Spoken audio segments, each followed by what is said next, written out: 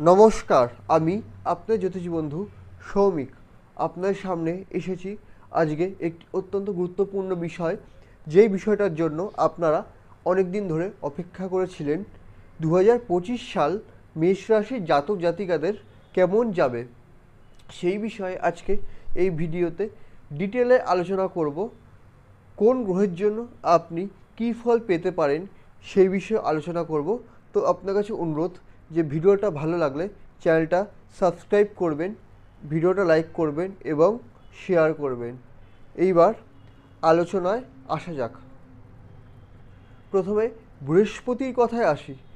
বৃহস্পতি 15 মে বৃষ থেকে মিথুনের ঘরে যাবে, অর্থাৎ সেকেন্ড থেকে থার্ড হাউসে যাবে। তো থার্ড তো 15 মের আগে পর্যন্ত কিন্তু আপনার কিন্তু কমিউনিকেশান কিন্তু খুব ভালো থাকবে, অর্থাৎ বৃহস্পতি যখন সেকেন্ড হাউসে থাকবে তখন কমিউনিকেশান ভালো থাকবে, পরিবারের লোকজনের সাথে ব্যবহার বা সম্পর্কগুলো ভালো থাকবে। এছাড়া বৃহস্পতি সেকেন্ড হাউসে থাকার জন্য সুখাদ্য গ্রহণ করবার কিন্তু একটা বিশেষ প্রবণতা দেখা যাবে। এই বৃহস্পতি দৃষ্টি পঞ্চম দৃষ্টি দিচ্ছে ষষ্ঠ ঘরে, তো মাঝে মাঝে একটু লিভার প্রবলেম হবার কিন্তু সম্ভাবনা রয়েছে। আবার বৃহস্পতি সপ্তম দৃষ্টি দিচ্ছে অষ্টম ঘরে। যারা রিসার্চ নিয়ে পড়াশুনো করছেন তাদের ক্ষেত্রেও কিন্তু 15 মে অর্থাৎ 15ই মের আগে পর্যন্ত সময়টা কিন্তু বিশেষ ভালো, অর্থাৎ বৃহস্পতির সহযোগিতা আপনি কিন্তু পাবেন। এছাড়া বৃহস্পতি তার নবম দৃষ্টি দিচ্ছে দশম ঘরে, অর্থাৎ আপনার কর্মের ঘরে। তো এখানে কর্মে উন্নতি হবার কিন্তু একটা কিন্তু বিশেষ প্রবণতা কিন্তু দেখা যাচ্ছে। এরপরে এই বৃহস্পতি 15 মেতে সেকেন্ড হাউস থেকে থার্ড হাউস যখন ট্রানজিট করবে তখন কিন্তু আপনার পরিশ্রম করবার ক্ষমতা কিন্তু বিশেষভাবে বৃদ্ধি পেতে পারে। এছাড়া থার্ড হাউস থেকে বৃহস্পতি পঞ্চম দৃষ্টি দিচ্ছে সেভেন্থ হাউসে, অর্থাৎ স্বামী স্ত্রীর সাথে রিলেশান কিন্তু ভালো হবার কিন্তু বিশেষ সম্ভাবনা রয়েছে। যাদের বিবাহ হচ্ছিল না, হতেই পারে যে 15 মের পরে তাদের বিবাহ হয়ে যাওয়ার একটা বিশেষ সম্ভাবনা তৈরি হলো। বৃহস্পতি সপ্তম দৃষ্টি দিচ্ছে নবম ঘরে, অর্থাৎ আপনার মধ্যে আরও আধ্যাত্মিকতা দেখা গেল, ধর্মের প্রতি আপনি আরও আকর্ষিত হলেন। এছাড়া ধার্মিক যাত্রা হওয়ার কিন্তু বিশেষ সম্ভাবনা রয়েছে, কবে বললাম 15 মের পরে। এছাড়া এই বৃহস্পতি তার নবম দৃষ্টি দিচ্ছে তৃতীয় ঘর থেকে একাদশ ঘরে, অর্থাৎ হতেই পারে যে আপনার কোনো প্রমোশন আটকে ছিল, সেই প্রমোশনটা হয়ে গেল, বা ধরুন ব্যবসায় বেশ কিছুটা লাভের পরিমাণ বৃদ্ধি পেল, সেই সম্ভাবনা কিন্তু বিশেষভাবে কিন্তু রয়েছে। এরপর আসি শনির বিষয়। আপনারা যারা মেষ রাশির জাতক জাতিকারা তাদের ভেতরে অনেকেই হয়তো জানবেন যে এই 30 বছর বাদে আপনাদের রাশির ওপরে 30 মের পরে 30 মার্চের পরে, কবে বললাম 30 মার্চের পরে শনি সাড়ে সাতি লাগবার, শনি সাড়ে সাতি কিন্তু লাগবে।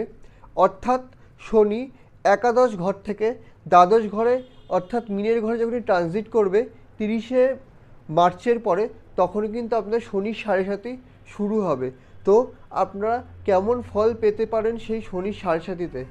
প্রথমেই বলি, শনি কিন্তু মেষ রাশিতে কিন্তু এতদিন কিন্তু খুব একটা কিন্তু খারাপ ফল দেয়নি, কিন্তু যখন শনি সাড়ে সাতি যখন শুরু হবে তখন কিন্তু হতেই পারে যে আপনার কর্মের পরিবর্তনের কিন্তু একটা যোগ তৈরি হতে পারে। কর্মক্ষেত্রে কিন্তু স্ট্রেস দেখা যাওয়ার কিন্তু বিশেষ সম্ভাবনা রয়েছে। ট্রাভেলিং বারবার কিন্তু সম্ভাবনা রয়েছে, অর্থাৎ ধরুন যে কোনো কারণে সেটা ট্রাভেলিং হতে পারে, সেটা ধরুন কাজের ক্ষেত্রে ট্রাভেলিং হতে পারে, অর্থাৎ সেটা আপনার অফিসিয়াল কাজের ক্ষেত্রে ট্রাভেলিং হতে পারে বা নন অফিসিয়াল কাজের ক্ষেত্রে ট্রাভেলিং হতে পারে। অর্থাৎ আমি লং ট্রাভেলিংয়ের কথা বলছি না, আমি যাতায়াতের কথা বলছি। শনি কী করে, শনি যেহেতু পায়ের কারক এবং যেহেতু শনি সাড়ে সাতি আসছে, সেজন্য হতেই পারে যে আপনার দৌড়ঝাঁপ বেড়ে গেল, সেই সম্ভাবনা কিন্তু রয়েছে। আপনাকে পরিশ্রম করানোর পরিমাণটা কিন্তু বাড়ালো, সেই সম্ভাবনা রয়েছে। ধরুন মেষ রাশির যে সমস্ত জাতক জাতিকা যারা ঘরে বসেছিল হতেই পারে যে এই শনির সাড়ে সাথে পড়ার সাথে সাথে তারা কাজের জন্য আরও উদ্যোগী হলো, সেই সম্ভাবনা কিন্তু রয়েছে। আপনার এই শনি কিন্তু দ্বাদশ ঘর থেকে তৃতীয় দৃষ্টি দেবে সেকেন্ড হাউসে, অর্থাৎ এই সময় কিন্তু কমিউনিকেশন কিন্তু ভালো রাখার কিন্তু চেষ্টা করতে হবে। দেখবেন যাতে কাউকে আজে বাজে কোনো কথা বলবেন না, পরিবারের লোকেদের সাথে ব্যবহার ভালো রাখবেন। আর হ্যাঁ, শনি সাড়ে সাথে পড়ার সাথে সাথে কিন্তু আপনাদের পরিবারের যারা মানুষজন আছে তাদের স্বাস্থ্যের দিকে কিন্তু নজর রাখবেন। আমি ডিটেলে শনি সাড়ে সাথে নিয়ে আরও ভিডিও আনবো এই মেষ রাশি নিয়েই, যে শনি সাড়ে সাথে মেষ রাশি কী ফল পাবে সেখানে আপনি আরও ডিটেলে ইনফরমেশান পেয়ে যাবেন।